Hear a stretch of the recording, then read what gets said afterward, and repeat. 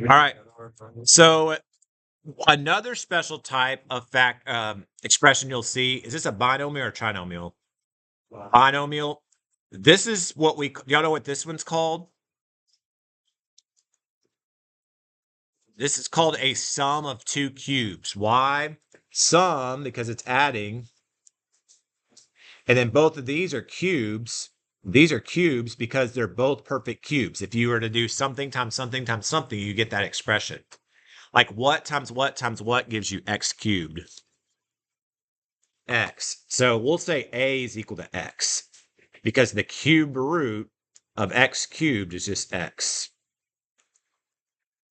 Now, what times what times what gives you 8?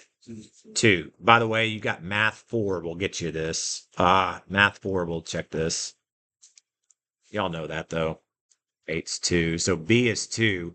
All you're going to do is plug in A and B into this formula here. You'll plug in A and B into that formula.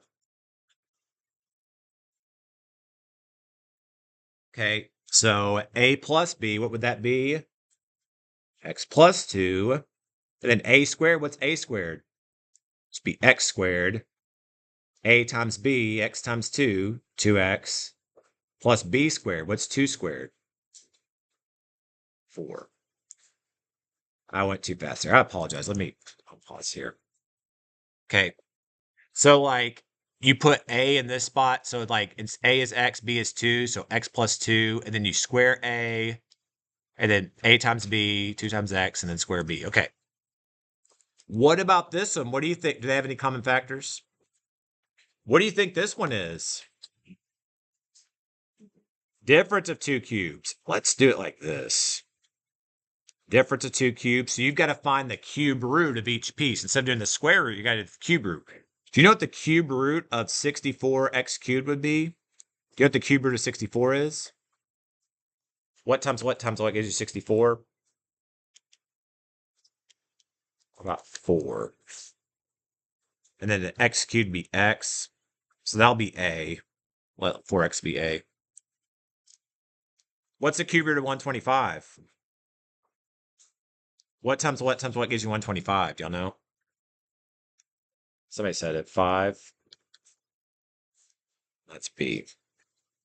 So 4x is A, 5 is B. This one's got a little trick to it. Almost survived today. Gosh. 30. So anytime I see A and B, I'm going to plug in 4x for A and then 5 for B. So for A minus B, it'll be 4x minus 5. When I do A squared, do y'all know what A squared would be? What would A squared be? Would it be 4x squared? 4x, it's the whole quantity squared. So you got to square the 4 and the x. So it'd be 16x squared. That's the tricky part.